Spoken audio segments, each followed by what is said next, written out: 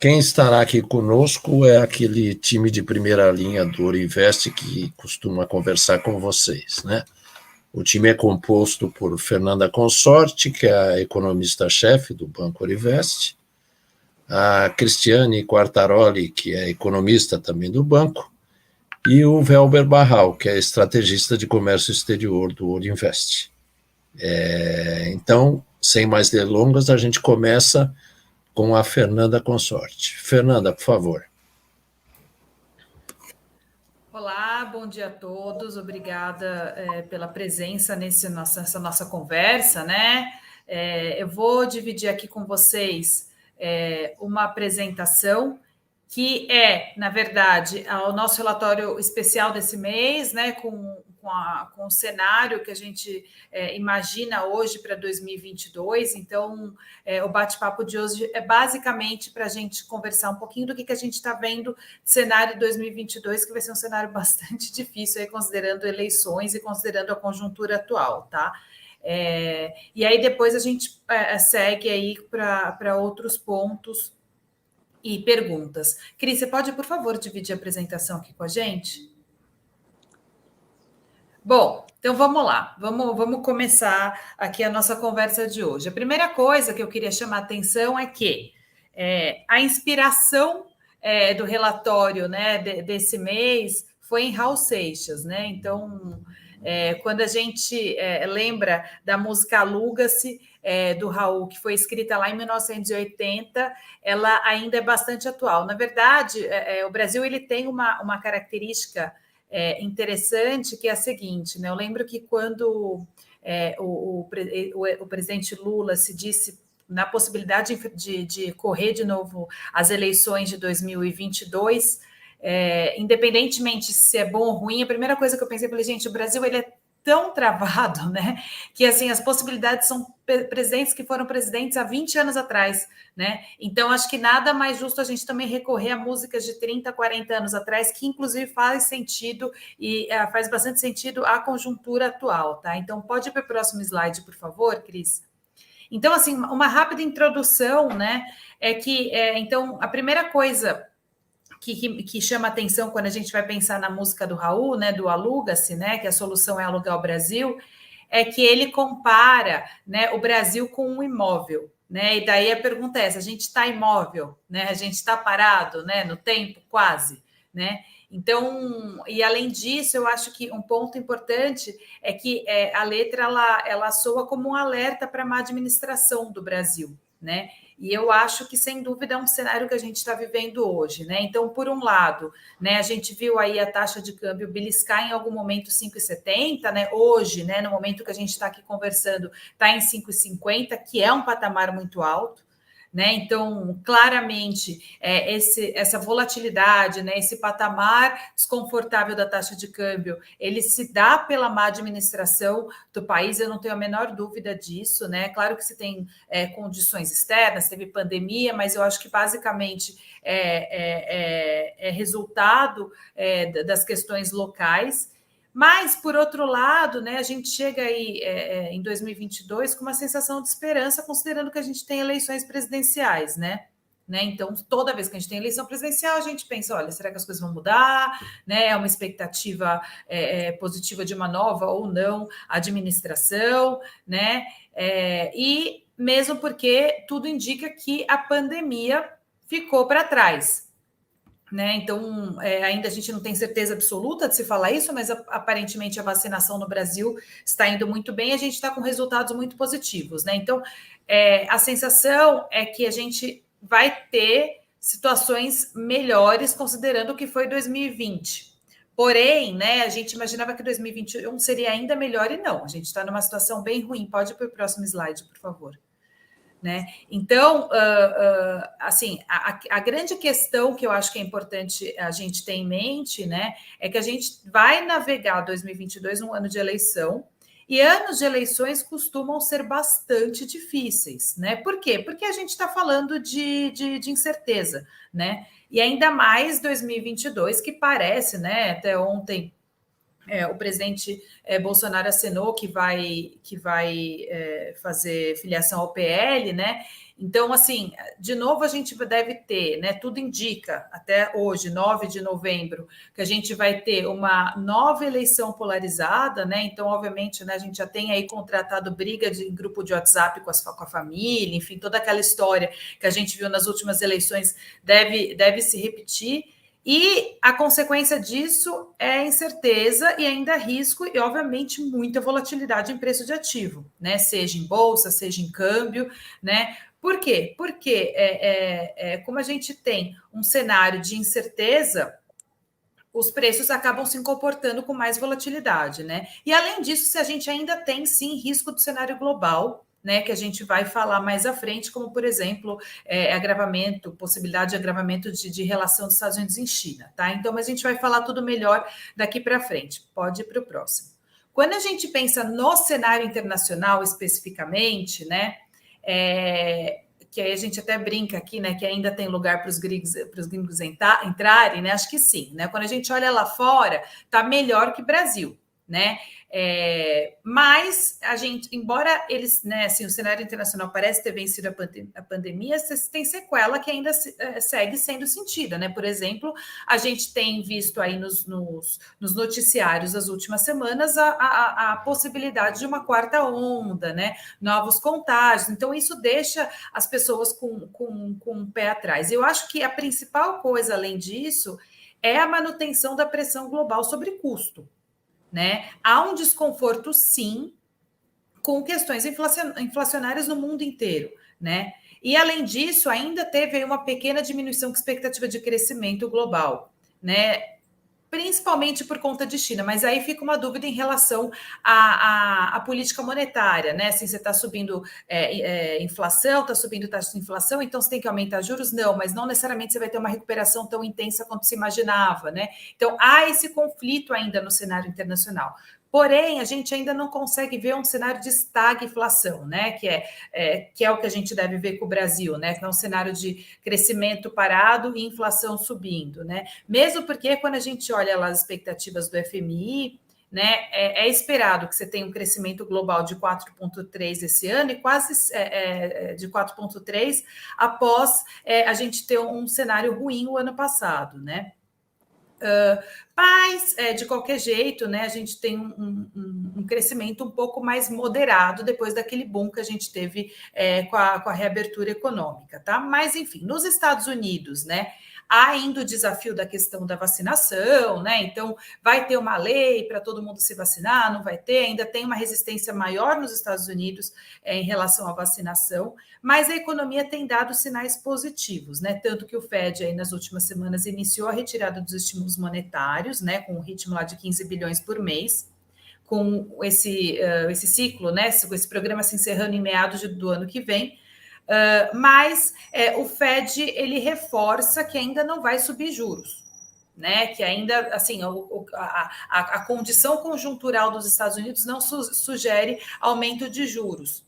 Pode passar, Cris.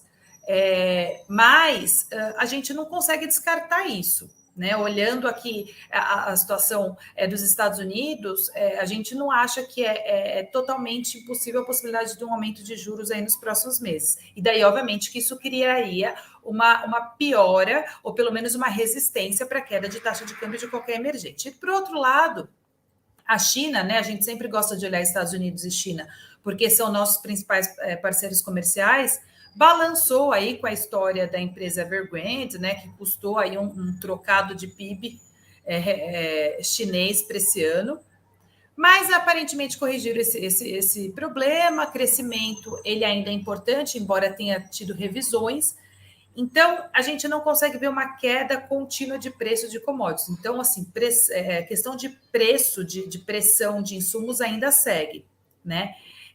Mas tem um risco, né, Barral, que não está exatamente calculado entre o agravamento da relação Estados Unidos e China. Eu acho que quando a gente olha o cenário internacional para o ano que vem, tem algumas grandes tendências e alguns riscos, e as implicações para o Brasil. A grande tendência é uma continuidade da recuperação da economia internacional. A China deve crescer, não deve crescer tanto como no período pré-pandemia, mas a China vai continuar crescendo. Os Estados Unidos também têm expectativa de crescimento positiva, embora, como a Fernanda mencionou, correndo o risco de haver uma mudança na política de juros do Fed, o que implicaria consequências para o mundo inteiro, inclusive para o Brasil. O crescimento na China, por outro lado, tem um efeito positivo que se refere às exportações de commodities brasileiras. Mais de 30% das exportações hoje do Brasil são para a China, são fundamentalmente de commodities, e nós temos aí um preço elevado que tem garantido, inclusive, a demanda chinesa tem garantido um resultado muito bom no superávit brasileiro. O que pode dar errado?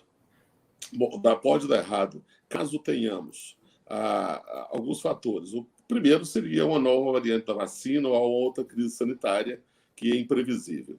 A segunda questão são as questões relacionadas à reestruturação das cadeias logísticas. Um dos problemas de inflação no mundo pós-pandemia tem sido justamente os problemas de fretes, de logística e os custos relacionados que têm atrapalhado e encarecido exportações no mundo inteiro. Um terceiro fator internacional que está ocorrendo é uma inflação. Existe inflação no mundo, não só por conta dos estímulos monetários dos países, mas principalmente pela elevação de custos de petróleo e de energia. E aí, claro, vários dos compromissos assumidos pelos países na COP26 e outros compromissos internacionais vão encarecer o preço de energia. Essa é uma tendência para os próximos anos, até para se fazer a transição energética. Então, há um fenômeno de inflação no mundo. Esse fenômeno de inflação tende a elevar juros em países desenvolvidos, o que, evidentemente, afeta o Brasil e provoca uma maior desvalorização da moeda brasileira por conta dos investimentos diretos. Então, esses são alguns riscos a que o Brasil, eventualmente, estaria sujeito para 2022. Na melhor das hipóteses, ocorrendo tudo bem, no cenário internacional, depois a gente fala do cenário interno, mas no cenário internacional, nós teríamos aí um crescimento moderado, uma continuidade dos altos preços de commodities, o que vai beneficiar muito a balança comercial brasileira. E, fundamentalmente, a recuperação de alguns países vizinhos, que são países importantes no que se refere à importação de bens manufaturados no Brasil. Fernanda. Sim. Mas ainda assim, né, Barral, comparativamente, eles estão tão melhores que a gente, né? Eles têm condição de alugar o Brasil ainda. Então, por acaso, hoje, numa reunião com investidores, todo mundo tem olhado isso. Quer dizer, os ativos do Brasil estão baratos, tanto em termos de valuation, quanto em termos quando se compara com o câmbio, né? Então, e aí a grande questão é que, apesar disso, o volume de investimento no Brasil não tem sido tão alto por conta das incertezas políticas. A incerteza política também não tem permitido que esse valor baixo de ativos possa atrair mais investimentos. E poderia atrair, seguramente, com mais gringos por aqui, como se diz o Raul Seixas. Sim, e daí, olhando já, indo para o cenário local, né, quando a gente pensa que a gente foi super monotemático em pandemia em quase 2 anos, né? Certamente a gente vai ser monotemático em 2022 falando de eleições. Tudo vai ser ao redor das decisões das urnas do ano que vem, né? Assim, óbvio, né? A gente até estava aqui conversando antes de começar a coletiva, é impossível saber o que vai acontecer, né? Ainda tem muita água para rolar debaixo da ponte, enfim, não dá para saber quem vai ganhar, né? Quem são os candidatos viáveis, etc. Mas, como eu mencionei, né, historicamente, eleições por si só já geram incerteza. Certeza e assim, confiança é decisão, é o principal driver, né, o principal fator motivador para contratações, para novos investimentos, para as pessoas adquirirem crédito. Além disso, né, o Congresso, em época de eleições, acaba focando suas energias nas articulações, né? Então, o espaço para todas as reformas acabam ficando ainda mais restritos, né? Então, isso gera, sem dúvida, a possibilidade de um crescimento ainda menor, né? Além disso, né, especificamente nestas eleições, como a ideia do presidente Bolsonaro é tentar uma reeleição, quando a gente percebe que a popularidade dele segue piorando, né, o mercado automaticamente lê a possibilidade de novas medidas populistas ou de medidas populistas, né? E daí entra o outro risco para 2022. Pode passar o slide, Cris. que é a questão de como é que a gente vai lidar com eventuais medidas populistas. Então, a gente está aqui, né, nesses últimos meses, com as discussões da PEC dos precatórios, né, que foi uma possibilidade, você, né, como todos sabem, de você fatiar a PEC dos precatórios, o pagamento de precatório, para poder sobrar dinheiro, para poder aumentar o valor do Auxílio Brasil, né, da Bolsa Família, enfim, como uma ideia para se ganhar alguns votos, né, num ambiente fiscal já muito fragilizado, né? Então, o que a gente está vendo que é esta tendência, o mercado imagina que isso pode ser ainda piorado ao longo de 2022, conforme a gente veja ainda uma rejeição sistematicamente alta do presidente, a gente pode ter novas medidas populistas. Então, esta combinação, né, de medidas populistas no ambiente fragilizado joga as expectativas de crescimento ainda mais para baixo, né? Porque medida populista, ou seja, medida fiscal expansionista sem contrapartida de corte de gasto, gera ainda mais pressão na inflação. Maior pressão em inflação é mais aumento de juros contratado e, portanto, menor crescimento, né? Além das incertezas todas ligadas às eleições, como eu mencionei, que também jogam crescimento para baixo, né? Não à toa, né, quando a gente pensa em PIB de 2022, a ideia é que a gente chancele que 2021 foi um voo de galinha, foi só a devolução da recessão de 2020, né, por conta da pandemia, e aí algo perto de 1% de crescimento ano que vem parece bastante realista ou até menor, né? Já vi casas falando em até recessão ano que vem, enfim, acho que ainda é cedo para a gente falar disso, mas é um crescimento baixo, né? Na verdade, o Brasil voltar ao ritmo que a gente estava crescendo antes da pandemia, né? Que era 1,2%. Né? Então, é um cenário de estagnação da economia mesmo, com o agravante de inflação desta vez. Né? Então, a gente tem uma questão bem complicada. Né? E aí, quando a gente fala... Cris, acho que deu problema no compartilhamento. É que eu precisava desmutar aqui o meu. Colocar meu som. Entendi. Tá bom. Eu vou voltar. Ótimo. Bom, então, nesse Voltou? sentido... Voltou. Como a gente estava mencionando, né? Com isso, a gente deve ter um crescimento muito baixo, com o agravante dessa vez com inflação, né, Cris? Exatamente. E aí a gente vai voltar a falar daquele assunto que todo brasileiro tem medo, né? E parece que vai, né? Vira e mexe, vão ciclos, vem ciclos, a gente volta a falar de inflação, né? Então, bem, como a Fernanda mencionou lá atrás, né? Aumento de gasto fiscal, isso acaba, né, tendo impacto na inflação, né? Não tem jeito. Então, se a gente olhar o histórico da inflação, a gente vai ver que anos em que a gente teve períodos de crise e que foram necessários esse aumento de gastos, como foi no ano passado, né, por conta da pandemia, a gente teve aumento de inflação, né? Então, a gente acaba explicando aí esse repique da inflação que a gente está vendo mais recentemente por 3 motivos, né? O primeiro deles foi a grande expansão fiscal, que aí não tem jeito, então por isso que o IPCA já está acima dos 10% no acumulado em 12 meses. A gente teve uma pressão muito grande do câmbio, como a Fernanda mencionou lá no começo da apresentação, vocês viram também, né? A gente teve uma desvalorização da nossa moeda de mais de 30% desde o início da pandemia, então é muita coisa. Então essa alta do câmbio, ela acabou sendo repassada para muitos preços no mercado interno também, não tem jeito, né? E na medida em que o câmbio permanecer num patamar elevado por muito mais tempo, é bem provável que a gente continue vendo algumas pressões inflacionárias esporádicas aí, né?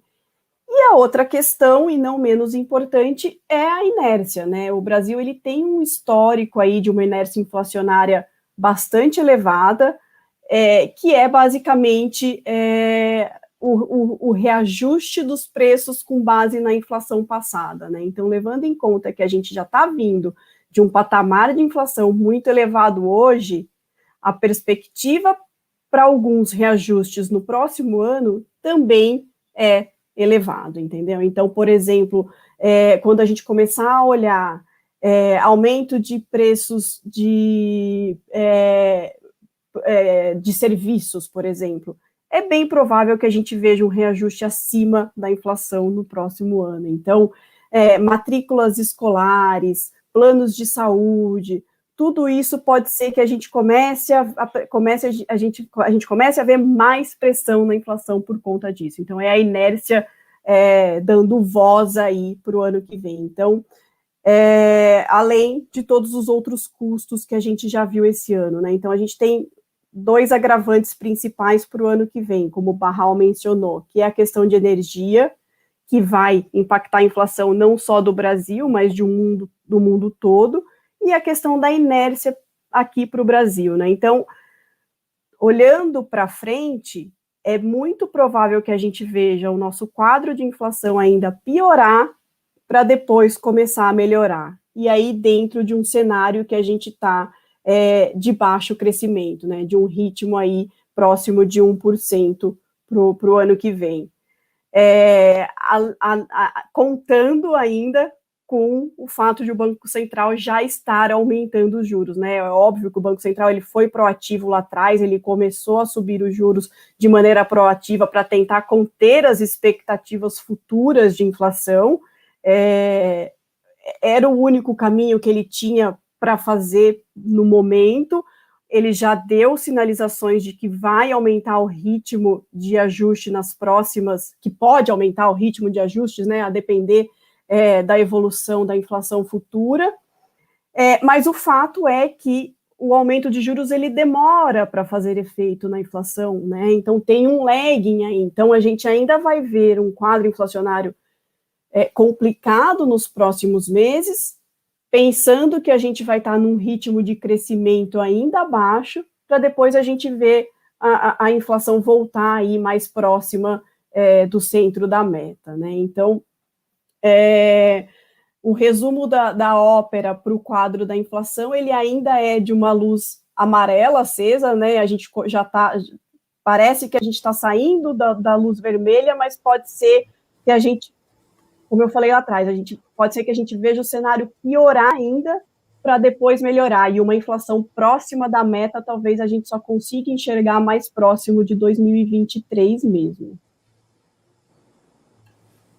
Sim, e é isso, né? Isso que a Cris falou, a taxa de câmbio que começou a ser um dos principais condicionantes para o aumento da inflação lá atrás, somado com o fiscal, ainda segue muito pressionada, né?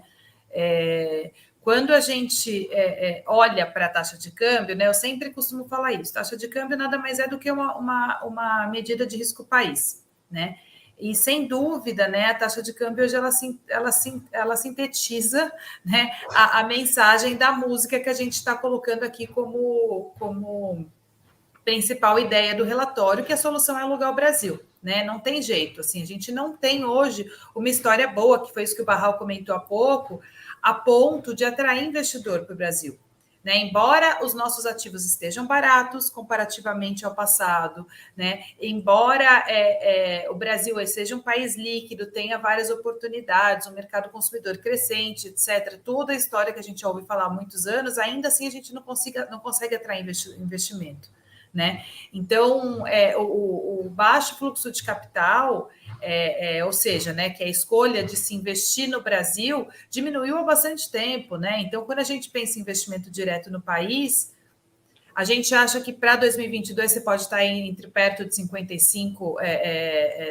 milhões de dólares, enfim, mas ainda assim muito abaixo da série histórica que rodava ao redor de 70, né? Então, 70 bilhões, perdão. Então, a história mostra, né, que assim, a gente não está com um retrato positivo de Brasil, né? E além disso, como eu mencionei, né, anos de eleição, incerteza aumenta, então, portanto, a gente tem aí uma chance maior de depreciação cambial. Então, em resumo, né, eu acho que 2022 é um ano ainda de muita incerteza, adicionado a uma conjuntura atual muito ruim, que faz com que o Brasil fique atrás, né? Siga ainda perto da lanterninha em relação a outros países emergentes, né? Então, por exemplo, se a gente olhar a variação da nossa moeda neste ano, né, a variação da taxa de câmbio em relação a emergentes, a gente, de novo, depreciou mais que a média, isso aconteceu muito claramente em 2020, né, enquanto teve uma depreciação em 2020, se eu não me engano, da ordem de 7, 6,5%, 7%, a gente teve uma depreciação de 30%. Neste ano, de novo, os emergentes perderam valor em relação ao dólar, e a gente perdeu mais que a média, um pouco, não tanto, um pouco mais que a média, com um nível ainda muito elevado, né? Então, assim, a taxa de câmbio, ela está muito depreciada e deve continuar, né? Hoje, olhando o que a gente tem hoje de informação, a gente não consegue perceber um ambiente muito propício para a queda de taxa de câmbio.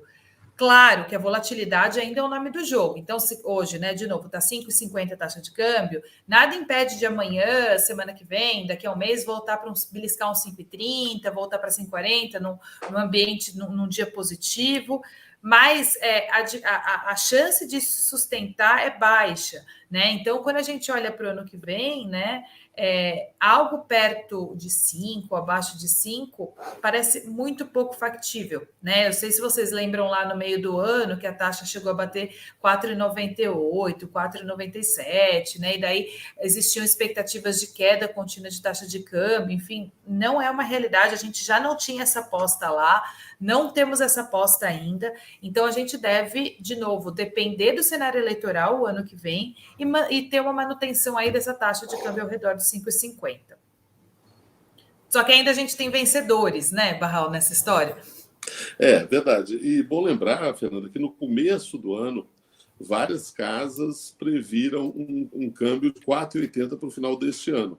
E isso não se confirmou em grande parte em razão da questão fiscal, que foi central, e da questão de inflação. E como a Fernanda mencionou, boa parte da taxa de câmbio é expectativa e confiança. E é esses dois temas que acabaram fazendo que a gente deva fechar a uma taxa de câmbio ainda muito alta. Falando um pouco de balança comercial, a balança comercial, então, ela sofreu um pouco no ano passado, mas com os superávites muito altos. Boa parte da explicação dos superávites do ano passado, inclusive deste ano, está no preço de commodities. Então, as commodities estão num patamar alto. O Brasil também exportou muita quantidade considerável de commodities, e pelo fato de que as importações ainda não se recuperaram. Houve uma queda muito grande de importações no ano passado, e este ano ainda não houve, seja pelo câmbio, seja também pela falta de investimento, não houve uma importação alta nem de insumos e nem de máquinas e equipamentos. Uma outra característica é que, claro, as exportações vêm crescendo muito para a Ásia. Foi a recuperação inicial já no ano passado dos asiáticos. Vários países asiáticos, como é o caso de Tailândia, não só China, né? China já é mais de 30% das exportações brasileiras. Mas países como Tailândia e Indonésia passaram a ser também... pode voltar uma, por favor, Cris? Só para comentar ali. Passaram a ser também uma parte importante e passando, inclusive, parceiros comerciais tradicionais do Brasil. Então, agora, com a retomada pós-vacinação, houve uma exportação de 36% e um aumento de exportação de 36% em relação ao ano passado, de outubro a outubro do ano passado, e as importações cresceram 38%. Agora, é bom lembrar que as importações, como eu disse, cresceram sobre uma base relativamente baixa no ano passado. Então, ainda está longe de recuperar um dinamismo maior no comércio exterior na parte de importações. É claro que, como nós mencionamos, a China deve crescer o ano que vem. O crescimento menor acaba afetando as exportações brasileiras, mas ainda as commodities estão num patamar muito alto, que deve garantir um saldo robusto também para o ano que vem, próximo. E aí, claro, a questão da cambial também ajuda as exportações. O que é interessante é que, embora ajude as exportações, nossas exportações de bens manufaturados não cresceram tanto quanto deveriam, talvez, se levássemos em conta a desvalorização cambial. Então, isso se explica, de certa forma, porque vários países da América Latina, que são os consumidores naturais de produtos manufaturados brasileiros ainda estão lutando para recuperar a grande queda que tiveram no ano passado, como é o caso da Argentina, Colômbia e México. Alguns chegaram a 10% de queda no PIB. E as importações, como eu mencionei, não cresceram tanto por conta, inclusive, da questão cambial, e também a gente coloca aqui por conta da inflação, né? Houve uma inflação no mercado internacional, inflação no comércio exterior, e relacionada, inclusive, com altos preços de fretes. Então, não houve ainda uma recuperação das importações de insumos e de bens capitais. Os desafios para isso são importantes para 2022. Afinal de contas, a importação de bens de capital ele indica uma recuperação e um investimento produtivo na indústria brasileira. Então, não ter essa importação, ou essa importação ainda não ter se recuperado, não é um bom sinal. E, além disso, tem outros riscos empresariais. Quando nós falamos de 2022, tem uma pesquisa do Fórum Econômico Mundial que aponta principalmente esses riscos. Os riscos de segurança cibernética, eventuais mudanças no ambiente regulatório, a questão de sustentabilidade social e ambiental, que agora ganhou um esforço ainda maior com a COP, e eventuais interrupções na cadeia de suprimentos, inclusive com movimentos chamados de nearshoring, tentando trazer para mais próximo algumas cadeias produtivas para não ficar tão dependente das cadeias produtivas na Ásia, o que se mostrou extremamente custoso no caso da epidemia, em relação à produção chinesa. Então, nem tudo é de graça, né? Ou quase nada, ou nada de graça, na realidade. Aqui nós temos a participação e vemos, então, o grande destaque da China em relação às exportações brasileiras. Cris. Ou Fernanda.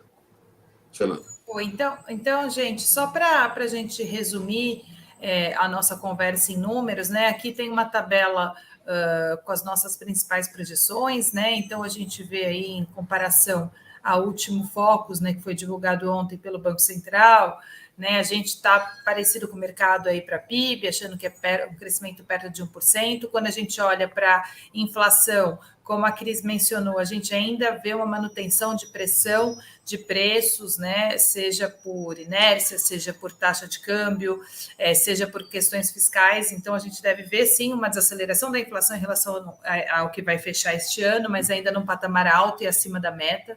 Taxa de câmbio ainda depreciada, né? E aí, com isso, a Selic acaba respondendo a esses vetores, chegando a uma taxa Selic de 12%, sendo a balança comercial aí um indicador positivo, único indicador positivo da atividade do Brasil, como o Barral comentou, tá?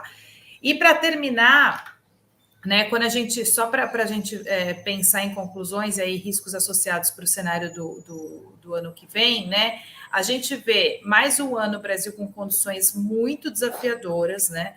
A gente até tem um cenário internacional um pouco melhor, mas as condições financeiras vão estar um pouco mais restritivas para países emergentes, isso obviamente pode atrapalhar um pouco, tá bom?